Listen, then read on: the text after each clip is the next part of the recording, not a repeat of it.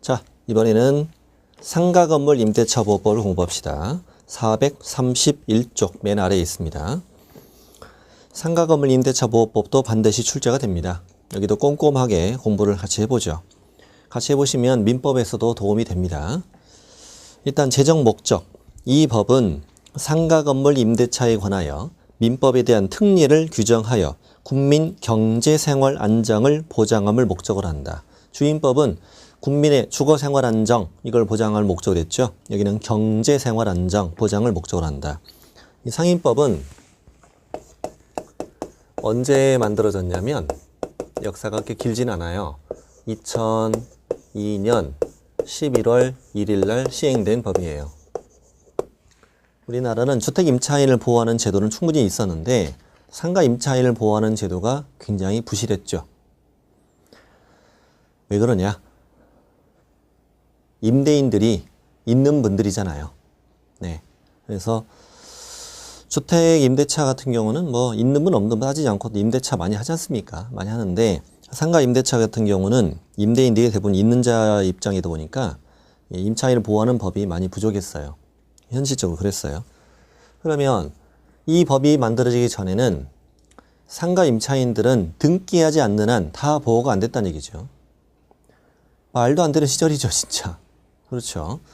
건물이 팔렸어. 임차인들 다 나가, 다 망합니다. 그 가게 두고 다 나가야 됩니다. 다 나가야 됩니다. 내가 처음에 뭐 시설비 들었어. 권리금 들었어. 필요 없어. 그때 그 당시는 권리금 보호제도 이런 것도 전혀 없었잖아요. 그날부로 그냥 거지됩니다. 거지됩니다. 이런 말도 안 되는 현실이죠. 주택보다 더 심각했던 거죠. 더욱이 처음에 상임법이 만들어질 땐 지금도 그렇지만 지금도 많이 비판을 받고 있습니다만 환산보증금이라는 제도가 있거든요. 환산보증금이라는 게 뭐냐면 보증금 더하기 차임 곱하기 100 이렇게 한 걸 우리는 환산보증금이라고 하거든요. 이 환산보증금 제도가 만들어집니다. 주임법에는 이런 제도가 없거든요. 환산보증금 제도라는 건 보증금 당연히 1900에 100으로 한다는 거예요. 그래놓고 각 지역별로 금액을 다 정해줘요. 정해주고 그 환산보증금을 넘어버리면 상임법 전체를 아예 보호 안 합니다. 그러니까 주택과는 다른 점은 주택은요. 대한민국에서 제일 비싼 집에 보증금이 수십억이어도 수십억의 전세 사는 사람도 있어요. 있습니다. 그래도 주임법에 보호를 해줍니다. 주민등록하면 대항력 생깁니다. 확정일자 받으면 우선 변제권 생깁니다. 최단기간 2년 보장 다 해줍니다. 다 해주는데 뭐 소액 임차는 아니겠지. 하지만 상임법은 선을 딱 그어놓고 이 보증금 안에 있는 임차인만 보호해주고 이 보증금을 넘으면 법 전체를 다 적용 안 합니다. 이게 주임법과 다른 점이라는 걸 처음에 잘 기억해야 돼요. 환산보증금 제도가 있다. 이 금액을 넘으면 법 전체를 적용 안 한다. 그랬었어요. 현재 기준이 뒷장이 넘겨 있는데 이것도 점점 상향 조정했고 2002년 당시 서울에서는 2억 4천밖에 안 됐어요. 2억 4천이라는 건 보증금당이 1000 곱하기 100 해서 2억 4천이라는 얘기야. 그러면 예를 들어 보증금이 4천이다. 월세가 200이에요. 200에 100을 곱하면 2억이죠. 보증금 하면 2억 4천. 4천에 200이다. 이걸 넘어버리면 상임법 전체를 적용하지 않았어요. 이런 비판을 받는 거예요. 저는 지금 객관적으로 말씀드리는 겁니다. 여러분께서도 지금 임대인이실 수도 있어요. 지금 너무 편파적으로 말을 한다라고 생각하지 마시고 처음부터 비판을 받을 수밖에 없었지. 그러면 자 생각해 보세요. 보증금 4천, 서울에서 보증금 4천, 그 당시 2002년 당시 4천에 월세 200 넘는 임차인 많았게 적었게 굉장히 많죠. 서울 한복판만 해도 서울 한복판에 강남역 사거리 이런 데만 해도요 1층 같은 데 월세가 한 1억씩 합니다. 네, 어마어마하죠. 서울에서 보증금이 환산보증금 2억 4천 넘는 임차인 굉장히 많았습니다. 굉장히 많았고 그 임차인들은 법 전체를 다 적용하지 않습니다. 그러면 누가 갑? 임대인이 완전 갑이죠. 원하는 대로 다 해줘야 됩니다. 예를 들어서 그 당시 서울에서 5천에 200이다. 그럼 2억 5천이잖아요. 5천에 200, 2억 5천이야. 그럼 환산보증금 넘어. 상임법 적용 안 돼. 그 당시 월세 증액 비율은 9%였어, 9%. 환상보증금 범위 안에 있으면 9%까지만 증액 청구가 돼요. 지금은 5%로 낮춰졌지만. 그러면 자 5천에 200이다. 근데 이번에 처음에 2년 계약을 했는데 2년 다 돼가. 임차 임대인이 요즘에 월세가 많이 올랐대 이 동네에. 다음부터는 300으로 합시다. 해야 됩니다. 해야 됩니다. 지금 50%를 올려놓은 거잖아요. 가능합니다. 그래도 이번에 엄청나게 올랐더라고 이 동네에. 200인데 다음부터는 400 합시다. 해야 됩니다. 아니면 나가야 돼. 아니면 나가야 돼. 또 건물 팔려. 임차인들 대항력 있어? 없어. 나가세요. 다 나가야 돼. 심지어 이거를 역이용합니다. 어떻게 역이용했냐. 그 인터넷 검색해 보시면요. 리쌍이라는 가수 있었어. 그 친구들이 그 상가 건물을 샀는데 그 시기가 2011년 정도 돼요. 2011년 정도. 서울의 논현동 4층짜리 건물입니다. 4층짜리 건물인데 그 건물을 삽니다. 사는데 그 건물의 임차인들은 100% 다 환산보증금 넘는 임차인이었습니다. 100% 다. 서로 한복판에 있는 빌딩이라고요. 네. 그러면 그때 그 리쌍이라는 가수가 뭐 법을 얼마나 알겠습니까? 누가 알려주지 않는 한.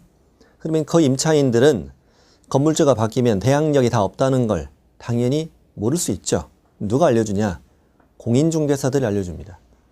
뭐라고 알려주냐면 이 건물을 사십시오. 이 건물을 사면 지금 당장 건물값이 비싸지만 저 임차인들은 다 내보낼 수 있습니다. 권리금 10원도 없이 다 내보냅니다.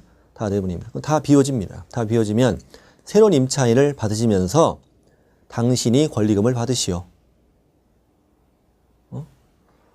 그러면 충분히 남죠. 충분히 남죠. 네. 그렇게 공인중개사들이 중개를 해요. 나쁜 놈들이죠. 나쁜 놈들이에요. 그 임차인들을 뭐 망하든지 말든 상관없어. 법비에 받으면 된 거니까. 그래서 그렇게 그 건물을 그 리쌍이라는 친구들이 샀습니다. 샀고 2층, 3층, 4층 다 내보냈습니다. 다 나갔는데 1층의 임차인 재수없이 만난 거죠. 그러니까 그 친구들 입장으로 볼 때는 1층에 곱창집이었어. 곱창집인데 곱창집 가게 이름이 우장창창입니다. 우장창창. 검색하시면 다 나옵니다. 다 나오는데 그 친구들은 처음에 들어올 때 1층에 곱창집 전체를 다 썼거든요. 다 썼는데 처음에 들어올 때 권리금만 한 2억 정도 들었고요. 시설비만 해도 한 3억 정도는 들었습니다. 네. 그렇게 들었고 장사를 하는데 1년 6개월 만에 지금 건물이 팔린 겁니다. 그리고 그 건물주는 새로운 건물주는 1층을 비우라고 했습니다. 여러분께서 그 1층 사장이라고 생각해 보십시오. 처음에 권리금 2억 들었어. 시설비 3억 들었어. 1년 6개월 장사했어. 뽑을 수 있어? 못 뽑지? 그대로 두고 나가래. 나 망하는 거 아니야? 나는 그냥 한순간에 거지 되는 겁니다. 거지 되는 거야. 여러분 같으면 참겠습니까? 그렇죠. 당연히 반발하죠. 뭐 세상에 이런 나라가 있냐. 2011년 당시 1971년도 아니고 어떻게 이런 나라가 다 있냐. 법을 찾아보니까 임차인이 전혀 하자가 없는 거야. 쟤가 나를 내보내는 게. 예. 그래서 반발했죠. 근데 이건 그 인터넷 여론을 보면요. 그 임대인 편을 많이 들어요. 사람들이. 예. 이건 잘 몰라서, 법을 잘 몰라서 그래요. 그거는 누구 잘못도 아니야. 그건 법 자체가 잘못 만들어진 거지. 처음부터. 임대인 잘못도 아니고 임차인 잘못도 아니고 예. 둘 다 잘못 없는 거고 임대인 입장으로 볼 땐 법으로 정당하게 나는 너를 내보낼 수 있는 거고 임차인 입장으로 볼 때 세상에 이런 나라가 어딨냐. 나 좀 살줘라. 그래서 이제 마침 이 친구들이 연예인이다 보니까 시끌시끌했지. 시끌시끌하게 띄웠지. 이제 띄웠고 그때 맘상모라고 있어. 맘상모. 맘 편하게 장사할 수 있는 사람들의 모임. 맘상모. 그 친구들이 그 임차인에 붙어가지고 으쌰으쌰하는 친구들이에요. 이게. 으쌰으쌰하는 친구들. 시끌시끌했지. 그래서 이제 여러 언론사설에서 나와서 이제 인터뷰도 하고 이제 하면서 시끌시끌해진 거야. 그러니까 이제 그 가수 측에서 부담을 느끼지. 이제 부담을 느끼고 합의를 합니다. 그 친구들하고 1층 곱창 찾아온 합의를 해. 합의하면서 이제 합의금 얼마 정도, 한 1억 정도 줬다고 그래. 줬다고 그러고, 그리고 1층은 비우고, 그 주차장이 있어, 지하 주차장. 주차장에서 곱창집을 운영할 수 있게 시설을 해서 이렇게 합의를 했어, 이제. 합의했고, 그 친구들은 이제 그 시야에서 일단 영업을 하게 됐는데, 그 임대인 입장으로 볼 때 되게 꼴보기 싫었을 거야. 그렇잖아요. 뭐 사람이 그렇잖아. 꼴보기 싫지. 나는 저거 비우고 내가 다 사실 가져가려고 했는데, 저 난리 부스를 쳐가지고 내가 이제 합의금도 주고, 네, 그렇게 했던 거죠. 그렇게 했는데, 그 어떤 합의가 됐었냐면은, 주차장에서 영업은 당연히 안 되잖아. 그래서 주차장을 용도 변경해 주는 걸로, 예, 그 가수가 용도 변경 합의해서 이제 해주고 정당 영업을 할 수 있게 해주는 걸 합의를 했었나 봐. 했었는데 차일피에 계속 미루는 거야. 용도 변경 안 해주고. 임차인이 해달라고 왜 안 해주냐고. 자꾸 주변에 민원이 들어와. 주차장에서 영업한다고. 그런 부담도 있고. 그래서 이제 해달라고 자꾸 하니까 이쪽에서 해주기 싫거든. 이제 죽이고 싶거든, 막. 임차인이. 안 해줘. 아니. 그래서 이제 이쪽에서 임차인이 또 소송을 걸었어. 해달라고. 임대인이 열받았지. 나한테 소송까지 걸어. 나 미치겠네. 쟤 죽이고 싶은데, 정말. 그래서 이제 역으로 또 명도 소송을 걸어. 나가라고. 명도를 걸었는데, 결국 누가 이겼냐? 그 건물주가 이겼어. 왜 이겼냐면, 자, 그때, 사회 말씀드리면, 그때 2011년이라고 그랬죠? 12년, 13년, 12년까지 와서 2012년에 맘상모에서 으쌰으쌰 해가지고 국회를 통과해. 국회 통과해서 환산보증금을 초과하는 임차인에게도 계약갱신 요구권이라는 걸 인정했어요. 그 당시에 계약갱신 요구권은 이제 5년이죠. 지금은 10년으로 연장됐죠. 5년이에요. 그러니까 종전에 환산보증금 넣는 임차인은 갱신 요구 이런 거 없어요. 5년 보장받는 게 없는데 야, 인간적으로 그래도 5년 보장을 해줘야 되지 않냐. 그래서 환산보증금 넣는 임차인도 2012년에 상임법을 개정해서 계약갱신 요구에서 5년 보장을 인정해줬어요. 인정해줬지. 그래서 이제 그 곱창 사장도 갱신 요구에서 5년을 보장받을 수 있는 상황이야. 그런데 소송하고 시끌시끌하면서 갱신 요구를 못했어. 근데 약속된 기간이 끝나기 6개월 전부터 1개월 전까지 사이에 임차인이 갱신 요구를 해야 되거든요. 해야 되는 못했어요. 깜빡이 못했나 봐요. 못하면 이제 묵시적 갱신이 되는 거잖아. 둘 다 못하면. 묵시적 갱신 되는데 그 주의할 점이 뭐냐면 묵시적 갱신 되면은 상임법의 경우는 묵시적 갱신 되면 이제 환산보증금 이하일 때 묵시적 갱신 되면 1년 연장이 돼. 1년 연장이 되고 언제든 임차인은 계약 해지 통지가 되는데 임대인은 계약 해지 통지가 안 되지. 그런데 환산보증금 초과하는 임차인은 갱신 요구권 하나만 인정하기 때문에 다른 건 다 인정이 안 돼. 그러니까 묵시적 갱신이 허용이 안 되는 거야. 묵시적 갱신이 허용이 안 되니까 민법에 묵시적 갱신이 적용되는 거지. 민법에 묵시적 갱신 되면은 임대인과 임차인 둘 다 계약 해지 통지할 수 있거든. 그러니까 곱창 사장은 환산보증금 넘었잖아, 지금. 넘었단 말이죠. 근데 얘가 갱신 요구는 못했어. 못했기 때문에 묵시적 갱신이 돼버린 거지. 묵시적 갱신이 됐는데 임대인도 민법에 묵시적 갱신이 된 거니까 임차인에게 계약 해지 통지를 할 수 있는 거야. 네. 그래서 결국 재판에서 임대인이 승소를 했죠. 너는 환산보증금 초과한 임차인은 이것만 인정되니까. 다른 건 인정이 안 되니까. 결국에서 승소해서 이제 얘를 나가라고 했던 거야. 재판부에서 나가라고 했던 거고, 끝까지 임차인이 안 나가고 버티고 난리를 쳤거든. 그래서 법원에 강제 집행을 신청해서 사람들 동원해서 강제 명도 시켰어요. 그 강제 명도 시키는 장면을 그 시민단체에서 영상을 촬영해가지고 인터넷에 올라와 있어요. 올라와 있는데 난리가 났더라고. 지하주차장에 막 그 임차인들 식구들 막 몰아놓고 막 안 나가니까 그 숨어 들어간 거지. 그래가지고 막 소화기 터트려가지고 막 넣고 막 난리가 났다니까. 그래서 결국 다 질질 끌려나갔을 때 다 쫓겨났어요. 쫓겨났고 임차인은 그 건물은 지금 다 바뀌어 있어요. 바뀌어 있고 결국엔 누가 이겼냐? 임대인이 이겼잖아요. 임대인이. 임차인은 어쩔 수 없이 이제 법에 적용을 받으니까 법대로 했으니까 제가 그 누굴 편을 들진 않겠어. 들진 않겠는데 현재 그 논현동 그 4층짜리 건물은 어떻게 운영되고 있냐? 4층 전체가 프랜차이즈 커피숍으로 바뀌어 있고 전체가 다 보증금이 7억에다가 월세가 3,600만 원이에요. 4층 전체가. 결국 누가 이겼어? 임대인이 이겼어. 네. 자, 그러면 제가 지금 이렇게 시안을 말씀드린 이유는 누구 편들려고 하는 게 아니야. 법 제도 자체가 개판이었다는 거야. 상임법이 자체가. 그래서 2012년 당시 환상보증금 초과는 임차인에게도 뭘 인정하자? 갱신 요건은 인정하자라는 걸 그때 새로 법을 통과해서 만들었는데 문제가 되는 건 환상보증금 초과하는 경우는 이것만 인정되는 거야.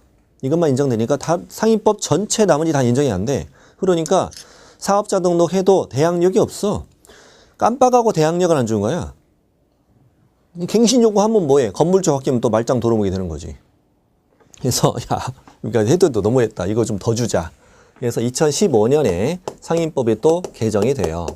개정이 돼서 환산보증금 넣는 임차인도 대항력 인정하자. 그래서 사업자 등록하면 대항력 이런 건 줘야지. 그래도 이런 거 주고 갱신 요구권 이전에 있었잖아. 이것도 있었고 그다음에 이제 그때 원래 민법은 이익이 차임을 연체하면 계약 해지할 수 있잖아요. 근데 상임법은 환산보증금 이하일 때 3기거든요. 이것도 역시 3기 연체하면 계약 해지할 수 있도록 하자. 이렇게 환산보증금 넘는 임차인도 인정해줬고요.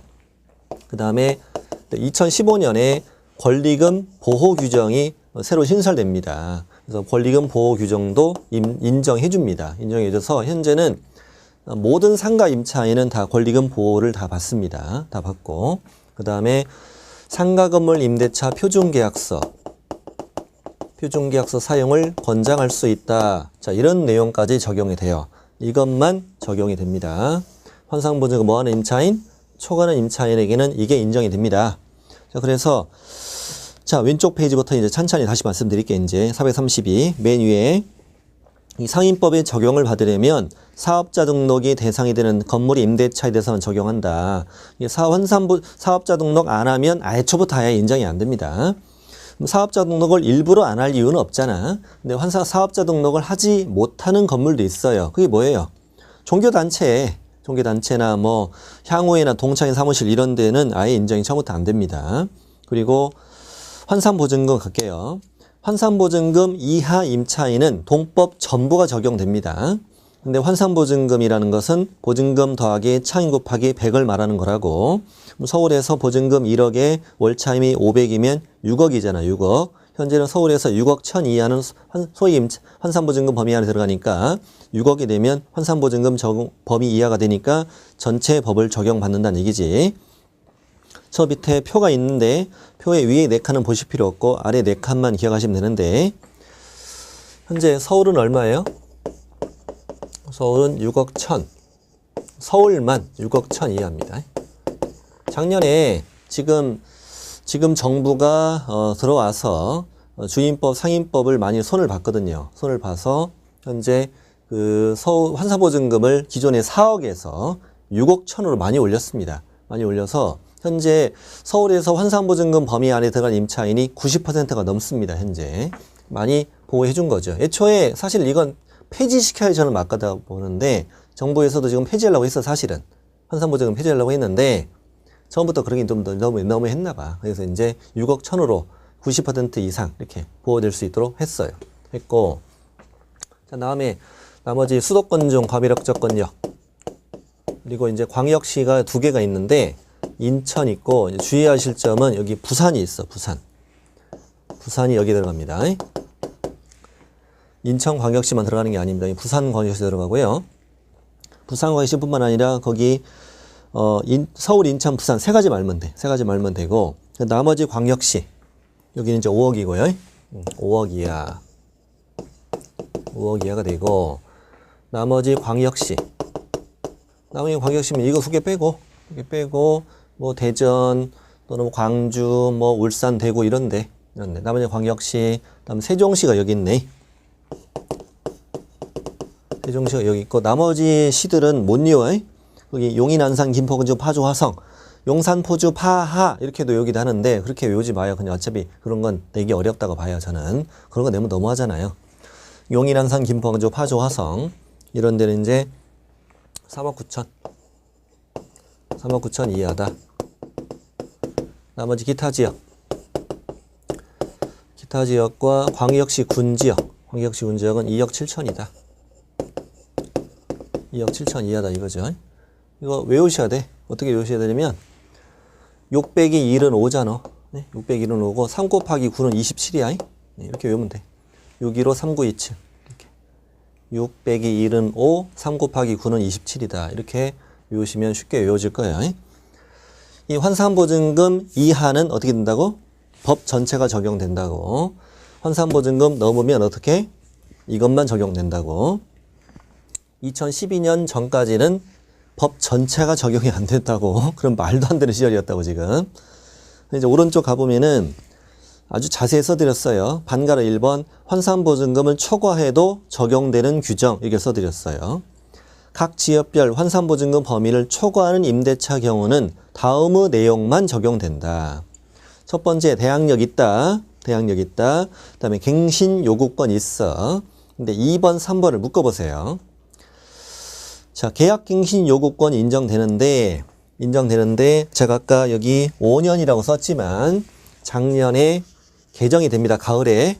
작년 9월 달에 개정돼서 지금 갱신 요구권은 10년으로 연장이 됐습니다. 네. 5년은 짧습니다. 사실은 되게 짧아요. 물론 짧은 경우는 임차인이 장사가 잘 되는 임차인인 경우에요. 네. 장사가 잘 되는 임차인인 경우 5년은 짧아요. 5년이면 그래서 10년 연장하자는 거지. 네. 뭐 젠트리피케이션 뭐 이런 얘기도 많이 들어봤잖아요. 들어봤는데 가까운 일본 같은 경우는 임차인 현재 우리나라보다 상인법이 훨씬 더 강화되어 있습니다. 강화되어 있어서 특별한 사정이 없는 한 임대인은 임차인을 내보낼 수가 없습니다. 내보낼 수가 없고 여러분 생각해 보세요. 내가 이 상가건물을 산 이유는 내가 이용할 경우 아니면 100% 뭐예요? 임차가 목적이잖아. 그럼 당연히 임차인을 보호하는 건 당연한 거 아니야? 당연한 거지. 그리고 일본 같은 경우에는 제가 일본 여행을 가지는 않았습니다. 한 번도 가보지는 않았습니다만 듣는 이야기로 일본에는 수십 년 전통을 가진 그런 집들이 많다. 예. 왜 그러냐? 그만큼 상인법이 임차인을 많이 보호하는 쪽이라는 거지. 네. 특별한 사정이 없는 한 임대차 기간은 거의 무제한입니다. 거의 무제한이고 거의 임차인을 내보낼 수가 없습니다. 네. 월세 증액 청구 제한도 거의 다 제한돼 있죠. 제한돼 있고. 그래서 우리도 이 정도는 하자. 이 정도는 하자. 이렇게 작년에 바꾼 거예요. 현재 정부 아니면 이런 거 바꾸기는 어려워요. 하긴 어렵고 기존 정권 아니면 기존 정권 같은 경우 신경도 안 썼겠지 뭐. 네. 자, 그렇습니다.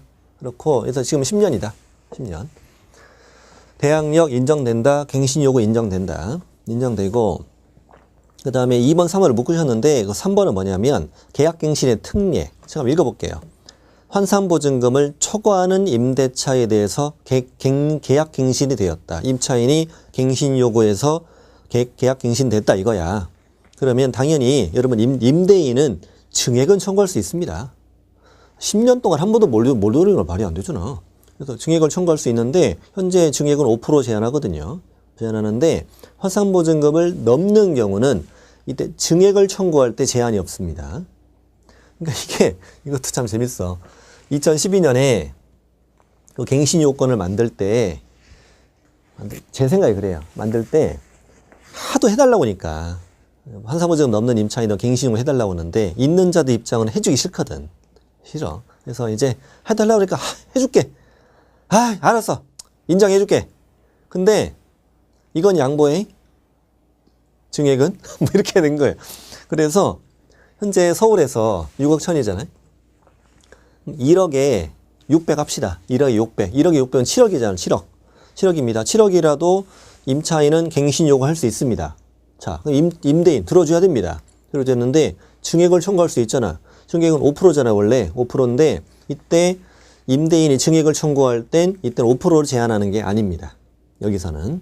환산보증금 넘는 경우는 증액이 5% 제한되지 않습니다. 뭐라고 돼 있냐면 조세, 공과금, 주변 상가 건물의 차임 보증금, 그 밖의 부담이나 경제 사정의 변동 등을 고려하여 차임 보증금의 증감을 청구할 수 있다고 돼 있어. 이런 사정이 있을 때는 제한이 있다 없다. 없다는 얘기지. 네. 예를 들어서 저도 다 경험한 일들이에요. 이제 상담하고 이러니까요.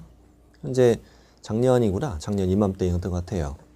서울 강남의 대치동에서 학원 한대, 학원. 애들 학원 하는데, 환산보증금 넘었어요. 강남 한복판에 학원이 뭐 그럴 수도 있겠죠. 넘었대요. 그래서, 되게 부럽다. 뭐 이렇게 임차인인데 환산보증금을 넘을 정도래. 네. 근데 임대인이 지금 현재 월차임이 600인데 800으로 올라가는데 800으로. 임대인도 이런 제도를 모를 리가 없지. 생각해 보세요. 모르겠어요. 알지. 근데 이제 주변에 월세가 시세가 많이 오르지도 않았는데 200을 올려달라고 하는 거야. 그래서 저한테 전화하는 거죠. 진짜 올려줘야 되냐. 그래서 제가 그랬죠. 그쪽에 청구하는 건 자유다. 청구하지만 청구했다고 해서 내가 무조건 들어줘야 되는 건 아니다. 자, 보세요. 이렇게 돼 있잖아. 조세 공과금, 주변 상업원의 차임 보증금, 그 밖에 경제재정 변동을 고려해서 증감 청구할 수 있다. 저쪽에서는 이런저런 사정 고려해서 200 올려줘 할 수 있다는 거지. 근데 내가 잘 판단해 보니까 딴 데는 전혀 오른 게 없어. 왜 나만 올려달라고 그래? 그러면 이제 거부할 수 있는 거지. 아니면 적당히 합의를 하던가 해야 되는데, 그럼 저쪽에서 끝까지 200을 받고 싶어. 그럼 어떻게 하면 돼? 나를 상대로 소송해야지. 법이 그런 거 아니겠어? 그러면 판사님이 판단해 주겠지. 근데 그렇게 소송하면 서로 골치 아프잖아. 적당히 합의를 해라 이거지. 답은 없다는 거예요, 답은. 그러나 저쪽에서 분명히 이렇게 그만큼 청구하는 건 가능하다는 얘기지. 그 정도는 이해하고 지나가야 돼, 우리가. 네. 근데 환산보증금 이하면 내가 갱신 요구했어. 이쪽에서는 절대 5%를 넘어서 증액 청구 안 돼. 이거는 어떤 사정이 있어도 고려가 안 됩니다. 근데 환산보증금 넘는 경우만 이렇게 5%를 초과해서 증액 청구도 가능하다. 권리금 보호 규정 인정된다. 그 다음에 3기 연체 해지 적용된다. 상가금 임대차 표준계약서 사용 권장 인정된다고. 그래서 이걸 외우셔야 돼. 어떻게 외우냐면 표준계약서 3권 대요 이렇게 외워요. 자, 뭐라고요? 표준계약서 3권 대요. 표준계약서 3권 대요. 이것만 인정돼. 이거 외에는 적용이 안 돼요. 뭐가 적용이 안 되냐? 밑에 반가로 2번. 환산보증금을 초과하는 경우에 적용되지 않는 규정. 여기까지 다 알아야 문제 풀려요. 첫 번째, 우선 변제권이 없다. 확정일자를 아예 찍어주지도 않아요. 환산보증금을 넘잖아. 세무서에서 사업자 등록할 때 세무서에서 확정일자 신청하거든요. 세무서에서는 이자가 환산보증금 넘는 경우는 확정일자 찍어봐야 우선 변제권이 없다는 걸 알아 몰라? 알지 왜 몰라? 세무서에서 그런 거 모르겠어? 확정일자 찍어달라고 아예 안 찍어줍니다. 찍어도 의미가 없으니까. 자, 꼭 기억해야 된다. 환산보증금 넘으면 확정이자 우선 변제권이 있다 없다? 없다. 아예 찍어주지도 않아요. 그럼 경매가 될 때 후순위, 기타 채권자보다 우선 변제 받을 권리가 없다는 거지. 근데 잠깐 한번 생각해 보세요, 여러분. 왜 안 주는데? 왜? 여러분 이유를 답할 수 있으면 제가 뭐 조건을 걸 수는 없습니다만 아무도 이건 이유를 달 수가 없어. 자, 환산보증금 넘는 임차인은 나쁜 놈들이야? 나쁜 놈 사기꾼이냐고. 아니 확정일자 왜 안 찍어줘? 내가 뭐 선순위보다 먼저 달래? 그것도 아니잖아. 아니 경매시 후순위보다 좀 먼저 받겠다는데 그것도 안 돼? 제가 좀 사회적 불만이 많은 사람이 아닙니다. 저는 이 법의 현실을 말씀드리는 거야. 아니 왜? 도대체 왜? 그러니까 저는 그래요. 환산보증금 제도라는 걸 도대체 왜 만들었냐. 왜 만들어가지고 우리 문제 푸는 사람 복잡하게 만드냐. 그렇죠. 일단 그렇게 공부하시는 게 제일 좋아요. 도저히 이해가 안 된다. 내가 뭐 선순위보다 먼저 배당받자는 것도 아니고, 경매시 내 후순위보다 먼저 좀 배당받겠다는데 그 권리도 안 주는 이유는 뭐냐. 안 된다. 어쨌건 안 된다. 그럼 당연히 금융기관이 우선 변제권을 승계하는 제도는 당연히 없지. 임차권 등기 명령도 안 돼. 그러니까 이걸 잘 기억해야 돼. 이거 5가지 아니면 다 안 되는 거야. 5가지 아니면 다 안 돼. 그러면 이제 기간이 끝났어. 보증금을 안 돌려줘. 안 돌려줍니다. 법원에 임차권 등기 명령 신청된다고? 안 된다고. 왜? 그냥 없다고. 이유는 그냥 안 돼. 규정이 없어도 안 된다고. 다음, 최단 기간 1년 보장. 원래 기간 정하지 않았어. 1년 미만으로 정했어. 1년으로 본다고 돼 있지. 원래는. 그런데 여기는 규정이 없다. 그럼 예를 들어 문제 이따가 다 OX 풀 텐데. 1년 미만으로 정한 경우 그 기간은 1년으로 본다. OX? X야. 반대로 풀어야 돼. 반대로 문제를 푸는 거예요. X에 틀린 지문이 되는 거예요. 그 다음에 묵시적갱신은 상인법에 묵시적갱신을 적용하지 않아요. 상인법 묵시적갱신은 이따가 뭐라고 나올 거냐면 임대인이 기간이 끝나기 6개월 전부터 1개월 전까지 사이에 별말 없으면 묵시적갱신 된다. 기간은 자동으로 1년으로 본다. 1년 연장된다. 임차인만 언제든 계약 해지 통고 가능하다. 통고받고 임대인이 석 달 지나면 효력이 생긴다 이렇게 돼 있는 거지. 그런데 여기는 상인법에 묵시적갱신이 아예 적용이 안 되니까 무슨 법? 민법에 묵시적갱신 적용한다고. 그러니 묵시적갱신 되면 임대인과 임차인 둘 다 계약 해지 통고 가능하다. 둘 다. 그리고 임대인이 통고하면 6개월 지나면 또 임차인이 통고하면 1개월 지나면 해지 효력이 생긴다. 민법을 적용한다. 그 다음 차임 등의 증객 청구 주의한 100분의 5, 5% 제한이 있다 없다? 없다. 적용 안 된다. 그 다음에 보증금을 월세로 돌릴 때 산정률 제한 받는 거 다 적용이 안 된다. 굉장히 꼼꼼히 해야지 이게 문제가 풀리는 부분이지 대충 해가지고 문제가 풀리는 부분이 아니에요. 이 부분이. 요즘에 문제 추세가 이쪽이거든요. 이제 문제에다가 조건을 주는 거예요. 문제에다가 예를 들어서 서울입니다. 임대인은 갑입니다. 그 다음에 임차인은 을이지요. 그리고 이제 우리 개업 공인중개사가 이 상가 건물 임대차를 중개하였다고 주겠지. 그런데 현재 보증금이 1억이어요. 그리고 월 차임은 700이지요. 그럼 얼마네? 8억이네, 8억. 그러면 환상보증금을 뭐 했네? 초과했네. 임차인에 관한 설명으로 옳은 걸 다 골라라. 이렇게 나와. 그러면 자 하나씩 푸는 거예요. 이제 첫 번째 대항력 인정된다고 그랬지. 자 임차인 을은 건물을 인도받고 사업자 등으로 신청하면 다음 날부터 제3자에 대해 효력이 생긴다. 5. 다음 임차인은 갱신요구. 임차인은 기간이 끝나기 6개월 전부터 1개월 전까지 사이에 임대인을 갱신 요구할 수 있다. 5.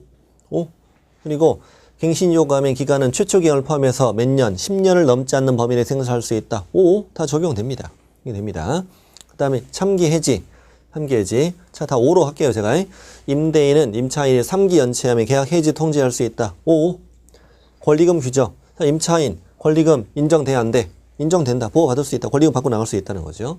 그 다음에 표준계약서, 상가건물 임대차 표준계약서 있다. 법무부 장관 나올 거거든요. 법무부 장관은 이 임대인과 임차인, 갑과 을에게 상가건물 임대차 표준계약서를 정해 사용을 권장할 수 있다. 5. 이렇게 되는 거예요. 자, 그러면 이제 나머지 저기 해볼까요? 나머지. 자, 임차인은 경매시 자신의 보증금을 기타 채권자보다 우선 변제 받을 수 있다. OX. X지 뭐. 왜 우선 변제권이 있다 없다? 없다. 다음 기간이 끝났어. 보증금을 돌려주지 않아. 임차인은 법원에 임차권 등기명령 신청할 수 있다. X. 그런 거 없다. 적용 안 되는 거 뭐 어떻게 나보고 없는 걸 어떻게 해. 다 적용 안 된다. 그 다음에 기간을 1년 미만으로 정한 경우 그 기간은 1년으로 본다. X. 그런 거 없다. 다음 묵시적 갱신된 경우 임대인은 임차인에게 계약 해지 통고할 수 있다. 5. 원래는 누구만 가능하지만 임차인 가능하지만 이때는 민법의 묵시적 갱신 적용은 둘 다 계약 해지 통고할 수 있다. 적용하는 거죠. 또 하나 할까요? 1년 미만으로 정한 기간은 원래 임차인만 주장할 수 있잖아. 주임법처럼. 1년 미만으로 정한 기간은 원래 임차인만 주장할 수 있어요. 근데 여기는 그런 게 없으니까 1년 미만으로 정한 기간의 유효함은 임대인도 주장할 수 있다. 다 5가 되는 거예요. 제가 지금 말씀드리는 게 다 이해가 돼야 돼, 이게. 다 이해가 됩니다. 이게 이 정도 수준이 아닌 문제가 안 풀립니다. 그래서 615-3927 외워야 되고, 그 다음에 환산보증금 넘는 경우에 적용되는 거, 표준계약서 3권 돼요? 이거 적용된다는 거. 이것만 적용된다는 거. 나머지는 다 적용 안 된다는 거. 이게 한 번만 공부해가지고는 어림도 없어요. 이거 한 2-5번 정도는 여러분 반복해서 보시면 이해가 돼요. 그럼 이제 저 밑에 예제를 풀어봅시다. 반가로 3번에 환산보증금을 초과하는 임대차에 관한 지문연습. 제가 기본서에다 지문연습도 더 드렸네. 임대인은 갑이며 임차인은 을이고 임차인은 사업자 등록했대. 자, 동그라미 1번. 자, 이자는 임대인이야.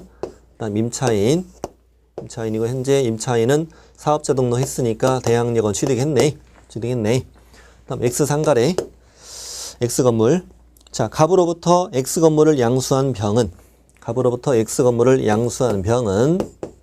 갑의 지위를 승계한 것으로 본다. OX. 오, 왜? 대항력 인정되니까. 대항력 갖고 있으니까 건물이 매매되었다. 그럼 양수인은 임대인 지위에 승계한 것으로 본다. 오. 다음 2번. 임차인은 최초 임대차 기간을 포함한 전체 임대차 기간이 10년을 초과하지 않는 범위 안에서 갑에게 계약의 갱신을 요구할 수 있다. 오, 갱신 요건 인정된다. 3번. 을의 갱신 요구권에 따라 갱신되는 임대차는 전 임대차와 동일한 조건으로 다시 계약된 것으로 본다. 이건 맞아요. 왜 맞는지 이따 아시게 될 거예요. 자, 맞는 지문인데 잘 이해 안 돼도 지금은 증갑하세요. 좀 이따 알게 될 거예요. 자, 다시 갱신 요구에 따라 갱신되는 임대차는 전 임대차와 동일한 조건으로 다시 계약된 것으로 본다. 이건 맞아요. 이건 맞는데 다만 4번 이어져요. 을의 갱신 요구에 따라 계약이 갱신됐어요. 이때 임대인은 주변 상가 건물의 차임 등 경제 사정의 변동을 이유로 을에게 차임의 100분의 10을 증액하여 줄 것을 요청할 수 있다. 당연히 맞지. 동일한 조건 다시 계약된 것으로 보는 건 맞는데 다만 증액을 청구할 땐 100분의 5를 넘을 수도 있다.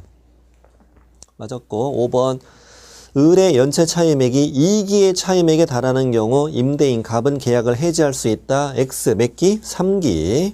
틀렸고 그다음 6번. 건물이 경매로 매각된 경우 임차인 을은 특별한 사정이 없는 한 자신의 보증금을 일반 채권자보다 우선하여 변제받을 수 있다. X 우선 변제권 인정이 안 된다고요. 틀렸고 7번. 임대차 종료 후 보증금이 반환되지 않는 경우 임차인은 건물 소재지 관할 법원에 임차권 등기 명령 신청할 수 있다. X 적용 안 된다고. 다음에 8번. 갑과 을이 계약 기간을 정하지 않은 경우 그 기간은 1년으로 본다. X. 자, 기간 정하지 않았다. 1년 미만으로 정했다. 1년으로 본다. 적용 안 되잖아요. 그럼 틀린 거야. 틀렸는데 자 9번을 제가 실수로 OX를 잘못 표시했어요. 9번 풀고 말씀드릴게요.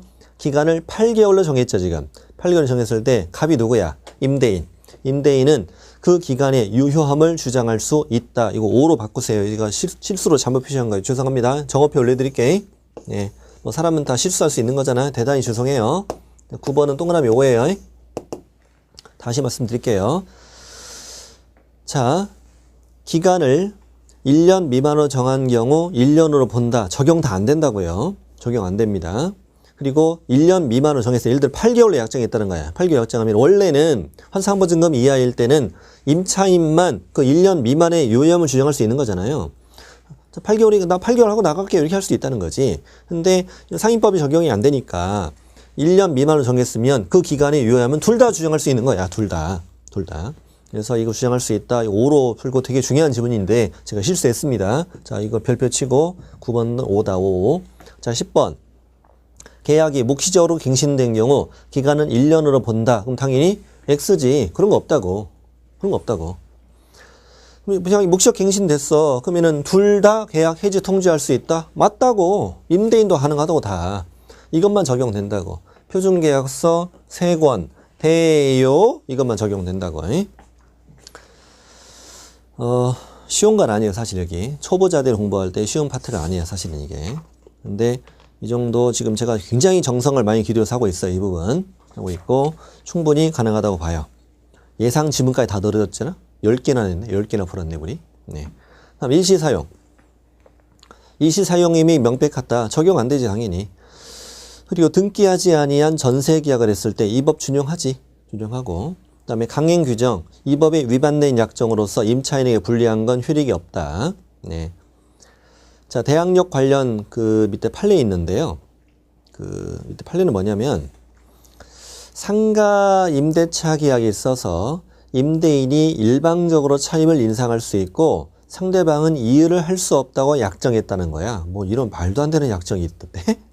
그러니까 계약서에 뭐라고 썼어요? 아무 때나 내가 올릴 수 있다. 너는 토달할 수 없다. 이렇게 약정했다는 거야. 이 말이 됩니까? 이는 증액 청구 제한이 위반되는 약정으로 임차인이 불리하니 효력이 없다. 무효다 이거야. 무효다. 자, 대항력 보죠.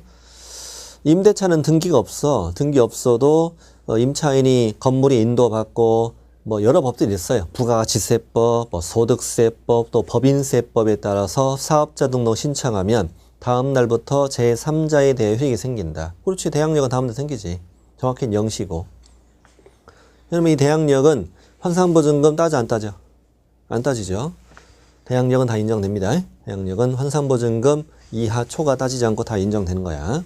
자, 오른쪽 건물이 매매됐네. 양수인은 임대인 집에 승계한 것으로 본다. 그렇지. 자, 판례 공부합시다. 판례.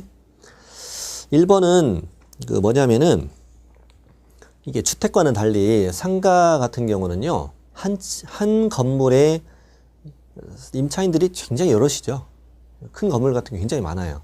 그러면 사업자 등록했어. 나중에 경매됐다는 거죠. 경매됐을 때 그 경매 입찰을 하고 싶은 사람들은 권리 분석을 할 텐데 도대체 임차인이 어디 있는가를 못 찾는 거야.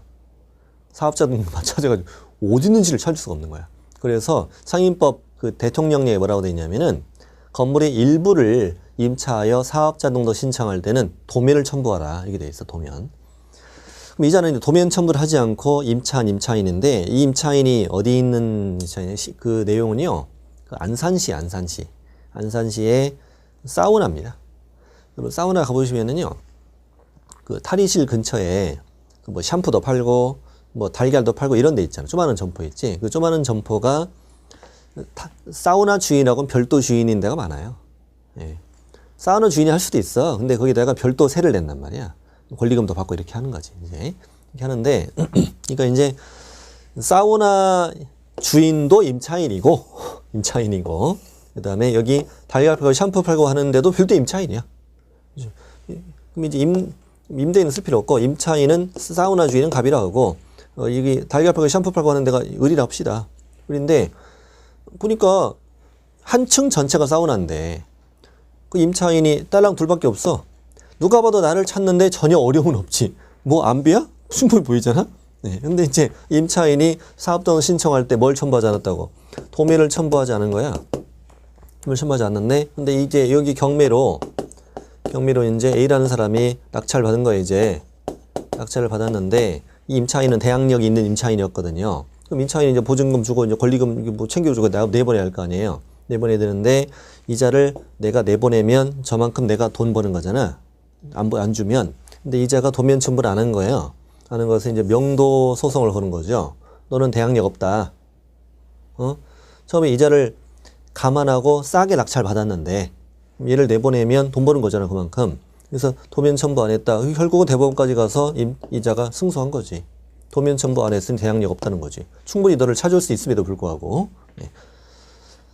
그 사우나가 2007년, 8년 이때인데 제가 그때 안산에서 강의할 때거든요. 그래서 그 사우나 저 가본 적도 있어요. 로데오 사우나예요. 지금 없어졌다고 하더라고요. 로데오 사우나. 그래서 거기 세 번째 줄을 체크하시면 돼요. 건물의 일부분을 임차한 경우 그 사업자 등록이 제3자에 대한 관계에서 유효한 임대차 공시 방법이 되려면 사업자 등록 신청 시 도면 첨부해야 됩니다. 2번은 어디부터 하냐면 두 번째 줄 끝에부터 볼까요? 가등기가 격려된 후 상임법 대항력 취득한 임차인. 그러니까 가등기 1순위, 대항력 있는 상가 임차인 2순위. 근데 가등기에 대해서 3번 본등기가 되었다는 거지.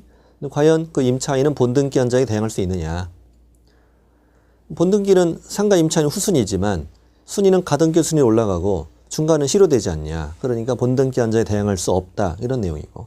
3번 폐업 신고를 했어. 사업자 등록해서 대항력을 취득해서 영업을 하다가 폐업 신고했어요. 폐업 신고했는데 얼마 후 똑같은 상호와 등록번호로 사업자 등록했다.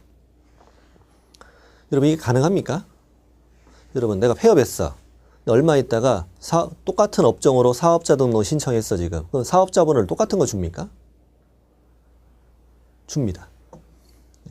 현재 제도가 그렇게 만들어져 있습니다. 제도가 내가 폐업을 하고요. 6개월 안에 같은 업종으로 사업자 등록을 신청하면요. 전에 받았던 사업자 번호를 똑같은 걸 줍니다. 똑같은 걸 줍니다. 이건 우연히 그렇게 된 게 아니야. 이게 우연히 말이 됩니까? 어떻게 그 많은 사업자 번호에서 똑같은 게 들어옵니까? 네. 이건 우연히 그냥 제도 자체가 그런 거예요. 그래서 이때 기존의 대항력 우선 변제 그대로 유지되는 건 이다 아니다? 아니다. 오히려 이걸로 비극이 벌어진 거죠. 말도 안 되는 거죠. 주민등록 마찬가지인 거죠. 나가면 대항력 상실, 다시 들어오면 새로운 대항력 발생 이렇게 되는 거니까. 4번의 경우는 상가 건물을 임차하고 사업자 등록 마친 갑. 그럼 갑은 대항력을 취득했잖아요, 지금. 근데 이 갑은 사정상 사업자 등록했는데 영업 개시도 못했습니다. 그래서 뭐 집안 사정이 있었나 보죠. 그래서 전대차했어요. 그래서 다른 자가 이제 사업자 등록 내고 이제 영업을 하는데 전대차 등으로 그 갑은 사업을 개시하지 않았습니다. 사실상 폐업이라고 얘기합니다. 그래서 이때 갑의 사업자 등록은 상인법에서 공시법을 요구하는 적법한 사업자 등록이라 볼 수 없다. 다시 갑이 사업자 등록 냈는데 전대차 있다고. 전대차 있으면 전차인이 영업하고 있는 거잖아. 그러니까 내 사업자 등록은 적법한 사업자 등록이다 아니다? 아니다. 당연한 얘기지. 저 뒤에 갑이 그 대항력을 유지하려면 누가? 전차인이 사업자 등록해야 돼 이 말인 거죠. 전차인이 사업자 등록해야 된다. 5번은 아직 안 보셔도 됩니다. 안 해도 되고 다음 기회에 하겠습니다. 이번 시간 여기까지 하시죠. 대항력까지 봤고 상인법 나머지는 어렵지 않아요. 상인법은 이게 제일 어렵습니다. 그리고 615, 3927 환산보증금 넘는 경우 적용되는 거 5개. 이것만 이걸 잘 기억하셔야 되고요. 나머지 조금 읽어 나가시면 공부 잘 돼요. 다음 시간에 하겠습니다.